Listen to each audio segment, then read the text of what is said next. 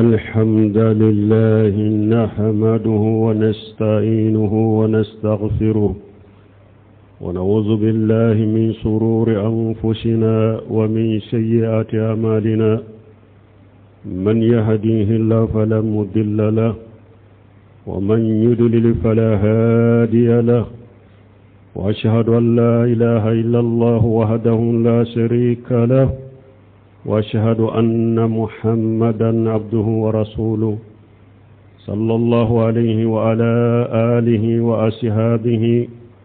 وسلم تسليما كثيرا أما بعد عباد الله عن أبي هريرة رضي الله عنه قال قال رسول الله صلى الله عليه وسلم بادروا بالآمال فتنا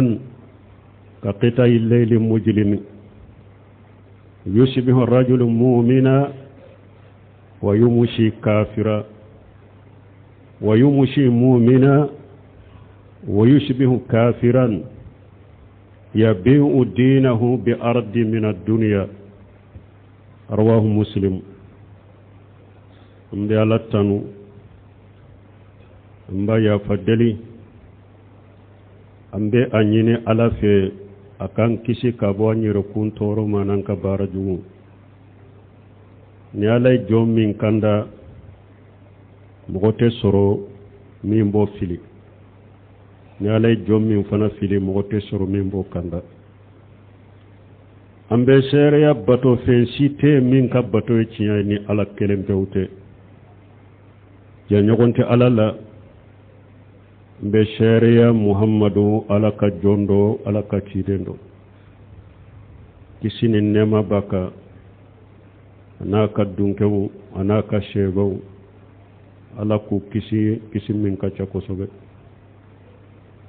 no temena ka boy ala ka jon hadisana na bi hurrata bolo ako alaka ciden ko alaka taruna kishi baka ayeteleya akabara nyumauke sani fitina ukana fitina munun dibilendo komi su dibikuru kalo yele te su dibi minna o fitina u dibilendo chogode la ite cinya yere nen galombo nyogona o fitina wula ite boyoro yere ikankani boyoro mununye dibilendo nyagambilendo komi siu dibikuru o fitina nyagambileno fitina dibilendo telemanke cinyani ngalonte do ube nyagambi mogo bolo ni dugu be je na ya soro mogo do be sogoma mumini de do ni ula fela shera doro be ke kafiri ula fela iba soro do ye mumini ye ula fela sogoma obe ke kafiri me mumbake aba ka dina de fere jiya nafaw jiya joyoro jiya ka nafolo aba ka dina de fere ode ba yelema balmo ni nya hadisa bayede ni hadisa ya yiran nafolo hada madenki jija ka ke mu'mini ya ka ke tawhidi tige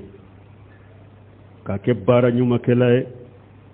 ka ke alabatolay sani fitina ukana parce que bara nyuma ode be hadama den kisi fitina ma ni fitina unana unyagambira chogo mogo ye mu'mini ye tawhidi tigi bara nyuma kela ala bale kisi fitina ukono bara nyuma be hadama den kisi fitina ukono ode ato chido ko badiru bil amal fitina nuna na fana mogo be alabato fitina kono ika tawhid bi bolon ika limana bi bolon iba bara nyuma kala ye ika bara nyuma keni ika bato abi kisi fitina uma abeke sababu ebe boyoro soro fitina wala bara nyuma kelaw be boyoro soro fitina wala mu'mini bara nyuma kelaw ni fitina dimida cogo ulubu ta fannu na fando hadisa ya o yiranna hadisa nya yiranna ninjinya fente kamba jinya la jinya kera cogo imma ena wuli ena taka jinya to ube jinya na take eto ana boy bolo sani kasafolo wodi ato ako yabi udinahu bi ardi min ad-dunya arda kore munye fencune nema be jinya kun hada madem bolo atunte anana de atella bafana arada yode fencune anana chude atunte ebe ateto efana abe wuli turiduna arda ad-dunya ala yerewde fo nabe jinya kan na fulo nyini arda jo yoro bola na fulo bola tanuni kanuni bola palashi ko bola nimbe jinya nafa yabi adinahu bi ardi min ad-dunya harisay nya yiran nan balimon hada madembe yelema de hada made abe yelema ci den ni sogomani wala fela fo ama foni sogomani wala fila yere jatiye ayo foni misaliya de doro sino hari eri kelen kono hada maden be seka yelema eri kele ibe seka yelema eri kelen kono ibe kuma do fo eri kelen kono dorobe bo min kalma ibe yelema ka bola eri kelen kono ibe seka kewale do ke eri kelen kono ibe seka yelema ka ke mogore so madan wala fila fora misaliya de doro cide nya yira de doro hada maden ka yelema li ni fitina unana hada maden ka yelema li kateli muslim tumama yenni hadisa usarahu minya nawawi ayenni hadisa sarahu muslimu kono akonne hadisa cide nya yira nan ka bara nyuma ke sani fitina kana ni fitina wakati fananka ke bara nyuma ke laye mu'miniya ni bara nyuma debe hada maden kisi kibo fitina wala akoni hadisa yo yiran ako hadisa nya yiran na fana ko hada made ibe seka yelema de ibe seka yelema ko fitina alaye e wacide nyen ni fitina bonya fo anu giriya ko ke komi sidugu kuru ako ya yiran na ko fitina bena bonya fo hada madente to chogo kelena ika kuma ute sabati ika kewale te sabati ibe yelema wode ya tumbalima fitina ka misali si dibu kuruma ala yere yo nyogona fo qur'ana kono kannama ughshiyatu wujuhuhum qita'an min al-layli mujlima dibi wode ya to hada madenki yere kolo simbalima ambe jiya laba mununa kuma mana doni ke bagaw karamugo almamiu munun be jo yorowla aya yere kolosi de badmo cide min alamatin nubuwa ni harisaw na nyogona ciden kan nabi nyuma yatta man sede ciden fule kam min fo hada madum ba kono bi karamo yere la doni ke ba wala min sabati lendo bi kuma kelenka la hala kelenka illa marahim rabbi sogoma mogo doy bebo min kalama bi na ba fo silama joli boni haramuye silama nafulo cinyale haramuye ibebo min kalama wulafe aba nyogona silama joli boni la daga kakan nafulo cinyale la daga kakan nafulo minale daga kake kafriye bila dalil wala burhan ka soro dalil ta bolo qur'ana di sunna de la sita bolo jiya de yirala jiya nafulo kamadro niye nafulo yirala sogoma atumba fo silama min ka joli boni haramu ya kan nafulo minale haramu e ula fo niye nafulo yirala bo kafriya ka joli boni la daga kan nafulo minale la daga dorogu ayere bado dorogu ye haramu ye niya nati jamana kono bi ka jamana don ka dina ciya bu ka jiya ciya bu ka hakili ciya mais ni wari yirala la abad dolo be drogu mina kana fere aka jamana don ma ko ka jiya ciya ko ka lagara ciya munna wari dirale mo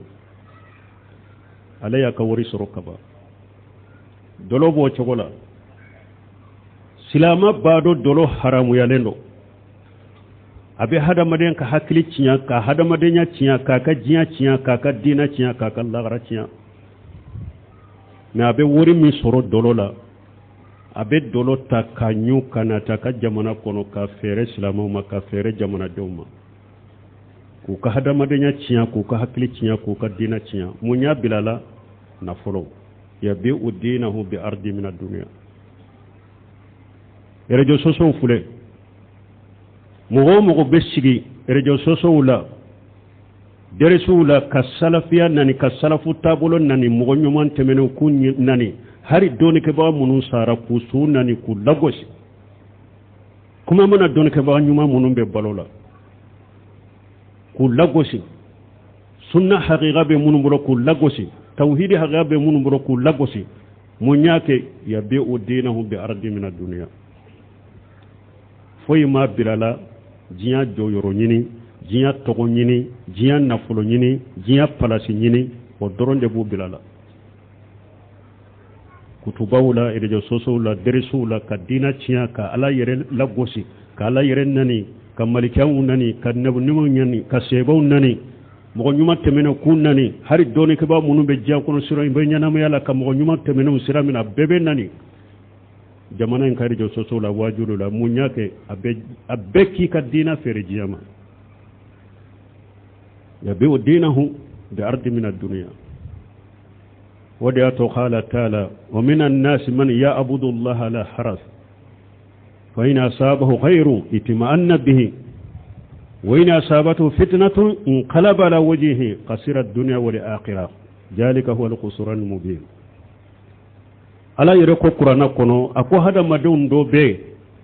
ube ala batonu kerede ko ute dina la 100% ute sunna la 100% ute selafia la 100% ute islamia la 100% ube dina la nu kerewde ube sunna la nu kerewde ube selafu tabula nu kerede inu ye hera soro dina la ube sabati nu hera soro le fa ina asabahu ghayru itma'anna bihi ni alaye hera soro sunna la be sabati aye hera soro sarfu tabulo la be sabati aye hera soro islamiyani dina la abe sabati ni hera inde sababuye ate sabati ni dina in sabawtere itma'anna bihi ale be sabati sunna in kono ka sabati sarfu tabulo ka sabati islamiya kono ni munye aye hera mi soro abe sabati ni hera inde yede wayna sabatu fitnatu menilla jarabiya soro inqalaba la wajhi abe saga ko ibe ala kali ni min tunye sunna ke nyogon fe ambe sunna la nyogon fe ninte ibe ala kali ni min tumbe mo nyuma tasira fo nyogon fe namba kan ninte ibe ala kali ni min tumbe islama kele ni dina kele na ninte jiya joyoro kana bane palashi kayra la bane uba kayra la ki sabati lento ninka ambi boy ka palasila ki sabati lento ninka ambi kaddeme ambe an kaddeme tigayila ki sabati lento ka to be sabati ninka to ko nyuma munum be law be boyla in qalaba la wajhi o be yele mako abe cinya minna babila be cinya ko minna babila be sunna minna babila be salafu tabulo minna babila silamiya be yele ma in qalaba la wajhi ala ko nin tigila mo de qasira dunya wal akhirati akoni mo mi kramo sugu min dina tigi sugu min kera nin chogola e perdi la jiya e perdi la lagra parce que ay tesika fuy soro hada madon ka bolla fewna u kan na fulonu joyoro wala ni alama milla tigeye itette me ala kala tigela ka jiya na ma yakono ni e ka dina ciano ye ko joyoro ko tanuni ko palasi ko nafolo qasira dunya wal akhirati ala ko perdira jiya e perdira la gara parce que ite saka foi soro jiya ko ala ma millati ge awalla gara fenti bodoye yelema baga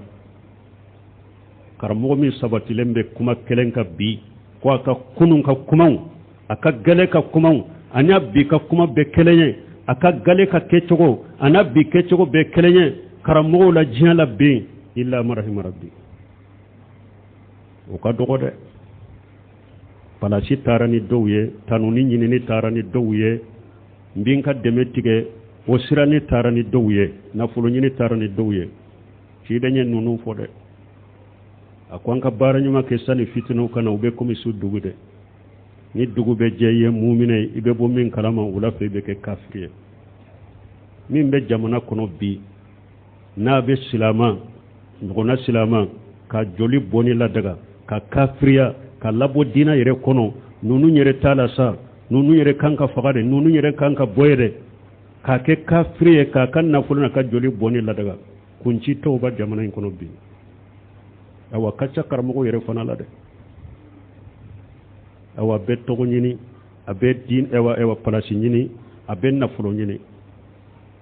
yiden do ninde fo ako min bato jiyan laba mogo be yelema kuma kelentu da ute sabati la hala kelenka sogoma ni be ni la halala ula fe be la hala werela ube eri kelen kono nu yennin kuma fo ibe bo min kalama nafulo yirula joyoro lira palasi yirula u yelemana ya be odinahu bi raddi min ad-dunya abaka dina fere jiyama wodi ato hadisa nana turmiji kono cidon ko ma jibani jaye ani ursila fil qanami bi afsada laha mi hirsil mar'i ala al mali wasarfi lidinihi hadisa la cidon ko kungo kono wuluni do ba ko suruku kungo to fula nuyu ci kata ba warema ku bila ba grupu cela suruku kungo to fula nuyu bila ba were kono ba grupu cela ube baw cinya cogo ku kawun sogo ku kono fara ku du ku tige ube baw cinya cogo ciden ko hadamade fana ni koy kan na folo de kanu ani korota nunu fula kanu hadamade mbolo ciden ko nunu bi ka dina cinya ka teme surku kungo to fula be ba cinya cogo na folo kanu joyoro kanu tanuni kanuni palasi kanuni ciden ko karamogo hadamade de dina tigi ni ede yen na folo kanu ka joyoro kanu ka tanuni kanu ubi ka dina cinya ka teme ni surku kungo to fula ci ka tabawarema walmo waya lajje munye itado mogo tado ibe karamogo millamme bi mun nyoke ngoni ko fula de do karamogo ye jiya kanu uye joyoro kanu uye tanuni kanu uye palasi kanu kuma kelentu da yere kuma kelentu da ite ya do yere be min nyini kay tado ibe millamme yere parce que wulu yere folo de keran na folo kanu bagawye nu yu ye karamogo ye une fama be kele la fen worete de palasi kanu na folo kanu dina jolite koy tawhidi jolite musiriki ya kelete ni ye karamogo ye ube a fama nani na fama borto na fama kele la foyite nu ka jianya man na fa doronde ute fama kele tawhidi kama utu kele ewa mushrikiya kelele kama ute kele sunna sabatili kama jamana kono utu kele bida kelele kama ubu kele fongo fen kama jamana kono ka joyoro no ka palasini na folo kwa kele yo ode kele ni yaye dina tigu ni karamogo ni na folo tigu ni nyogonche fen worete uyu unnatadda ukan na folo de ka doro mo soro doro kele bulu nyogonche na folo tigi fule ni eyin na tada kan na folo ka droite be yi nege bola pew awlu fana nu mo soro kan ka wanna folo tigu la dro kele wulila amanso wala ciden ka kuma ute wulide jiyan laba be min nambe sagan kode ambe sagan kode dina nyema ya kunda yere cinyana bi ha nin ko fula ya cinya de jinya kanu nafolo kanu aye dina kunda nyema yana kramo uchinyana de uchinyana karamo de ni jamana nyagambira fitina kera jamana wala awde kanka mo hakili shigi mo kanka la ta ko fe mo kanka sagi kata awde ma bul qaymu yode fo ako wulu wakati nu fitina nana wulu bolo balawu nana gerente nana jiya korola wulula ku beta sheikhul islam bun taymiya fe ko kakara modo ako nu ko ni nya dara bun taymiya ka doron na ye kuma munun fo wuluye ko tumbe u bolo hakili nyagambe tumbe hakili nyagambe tumbe wulula abebeta wulu hakili besigi ala ta kofe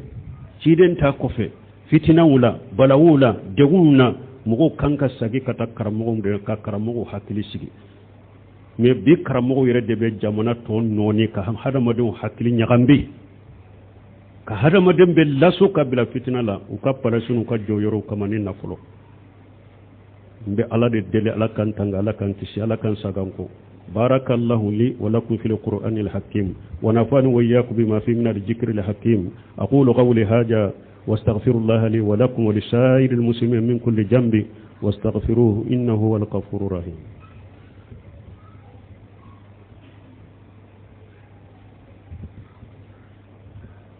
الحمد لله رب العالمين والصلاة والسلام على نبينا محمد وعلى آله وأصحابه وسلم تسليما كثيرا أما بعد قال شيخ الإسلام ابن تيمية رحمه الله إننا في زمان تموج فيه الفتن وتتلاحق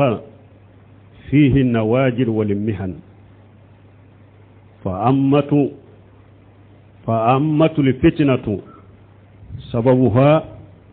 أمران قلة العلم وضعف الصبر شيخ الإسلام ابن تيمية أقول depuis oye aleka wakati de ako ambe wakati la wakati mi fitina ubake kabola kono komi ji baji be boli chogomi ko tunu ani fitina ubake katugu nyogo na doro ako men niye fitina chama buntemia ako niye fitina chama niyaye asababu ye munye ako fitina usababu ye kofula qillatul ilm wa da'fu sabr ako fitina usababu ye doni doya ani sabali lafu hada madombolo anka jamanu ka fitina asababu ye jumai ate bonni ko fulala doni dogoya be jamana in kono dina famu dina yere kise doni famu ka dogo jamana in kono kosobe sabale ka dogo mogola fana sabale ka dogo mogola ambe fitina kono jamana in kono sabale baliya de mogo bilala fama sima sigi sankele sanfula sanduru na fo an ka wuli nin kama tese ambe an ka sabale baliya de kono de sabali dogoya jamana in bode fitina de kono hari siyasa ambe min nam ba fe ala ta ko fe an ka bo fitina la ibun temi ay nyimi fode ambe doni sabati lende nyini doni sahalen kan nyini jamana in kono aye gere doni ke baga sahalen unna doni ke baga sabati lew jiya kono aka gere ka kitabula ku nyini ku muraja ku laje boda min be fitina wala ka do fitina ye munya ka do epya ka sabali aya nyuguna fo sababu refo aku wa kullu sar fil alami wa bala'un wa qahatun wa kullu sar fil alami wa fitnatun wa bala'un wa qahatun wa taslit al adu wa ghayriha sababuhu muqalafati rasulullah sallallahu alaihi wasallam wa da'watu ila ghayrillah buntemi ako majmu fatawa kono ako kojugu be jiya kono fitina be jiya kono balaw be diɲɛ kɔnɔ sanji dɛsɛ be diɲɛ kɔnɔ ka juguw lasuku bilanna a ko o n'a ɲɔgɔnnaw a sababu tɛ foyi ye ni ciden sɔsɔli tɛ ani mɔgɔw bɛ ɲɔgɔn wele ma ka taa ala tana bato min na a ko balaw ni kojugu bɛ diɲɛ kɔnɔ ninnu de don o de y'a to n balimaw ciden ye fitina minnu fɔ fitina fana cogoya fila de don dɛ fitinatu subuhat wa fitinatu sahawat ko ɲagambilenw fitina ni diina yɛrɛ ni tiɲɛ ni ngalon yɛrɛ bɛ ɲagambe karamɔgɔ yɛrɛ bolo o ye fitina ba de o de bɛ jamana in kan karamɔgɔ caman yɛrɛ de an m'a fɔ a bɛɛ dɛ karamɔgɔ caman yɛrɛ de tiɲɛ ni ngalon ɲagambilen b'a bolo a tɛ taa fan dɔn a yɛrɛ la a tɛ nafan dɔn a yɛrɛ la foyi t'a bolo diina ko la ni subuhaw tɛ delila jɛlen kɛlɛ a t'a da ka bɔ kuranna ni sunna la u bɛ salafu ka kuma karamɔgɔw yɛrɛ n'u bɛ kuma u tɛ kuma ni kuranna ye tɛ kuma ni sunna ye tɛ kuma ni salafu jamakulu saba ka kuma ye u yɛrɛ ka arabu kan n'u ka kuma delalew dɔrɔn jamana bɛ jɔ kan fitinatu sahawati fitinatu subuhati o fura ɲuman ilajuha al ilmu sahih subuhati ka ewa fura ye min ye dɔɔni sabatilen de dɔɔni sahalen de ka sɔrɔ mɔgɔw bolo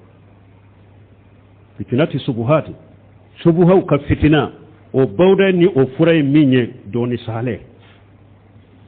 o jamana in ka dɔɔni sahalen de ɲini u ka gɛrɛ karamɔgɔ sahalenw ma u ka karamɔgɔ sahalenw ka derisiw lamɛn karamɔgɔ sahalen minnu ka kitabu bɛ k'u lajɛ o ye sahawati ta ye ni subuhati ta ye fitinatu sahawati ilajuha al-iman wa sabr nin dungo fana ka fitinaw o fura ye mun ye limaniya ani sabali nin dungo ka fitina o fura ye limaniya ni sabali de wala jamana in hatagilen bɛ min na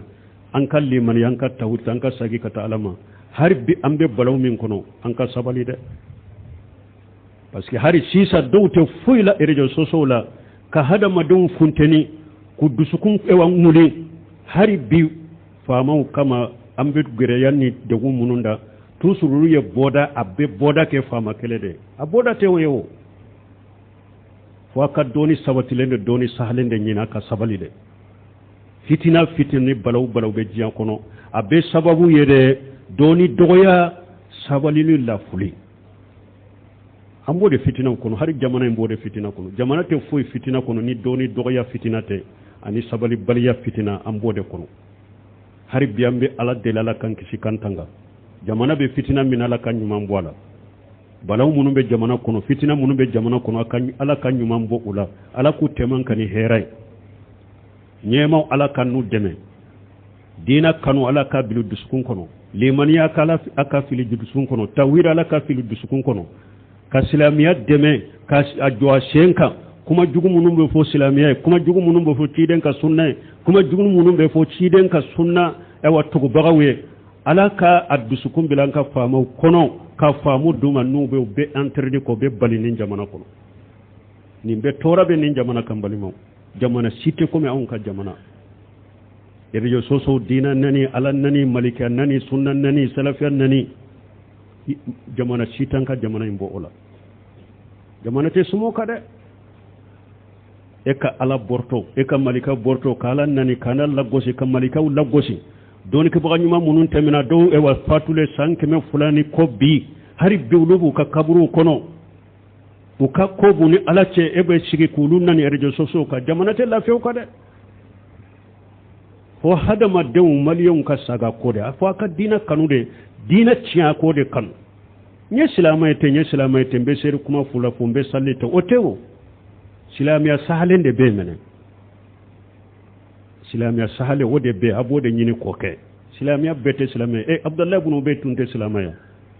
a bɛ sali ciden yɛrɛ kɔfɛ ciden ka misiri la mɛ hari don min a sara ciden salira k'ala ma fɔ i kana salla ɲɔgɔnna kan a ko a bɛ jahanabaden bɛ duguma n ko a tun bɛ seri kuma fula fɔ silamɛ de tun don a bɛ jaka bɔ a bɛ sali a bɛ su mɛ ala m'a fɔ a bɛ jahanabaden bɛ duguma an bɛ silamɛ tɛ an bɛ silamɛ tɛ minnu ye tawhid ta minnu bɛ ciden ka taasira ɲini ka k'a kan mɔgɔ ɲuman tɛmɛnenw salafu ka taabolo minnu b'o kan mogo si dogoyalente jamana en kono kulu bo mogo si ten nani jamana en kono kulu bo mogo si ten laggosi ka sabute jamana en kono kulu bo aw be se ka lafiya cogodi wala ala ka dina yere haqiqa ye minye dina yere tiɲɛ minye aw bode nani aw bode contrôle la jamana kono hari na ma fo be chama jamana kono o jamana be lafiya wa ka dina tiɲɛ ne kanu ka sagi kata mambe o de fo jamana dewne ربنا آتينا في الدنيا حسنة وفي الآخرة حسنة وقنا عذاب النار ربنا لا تزغ قلوبنا بعد إذ هديتنا وهب لنا من لدنك رحمة إنك أنت الوهاب اللهم اجعل الإسلام والمسلمين وأذل الشرك والمشركين ودمر أعداءك أعداء الدين برحمتك يا أرحم الراحمين وآخر دعوانا الحمد لله رب العالمين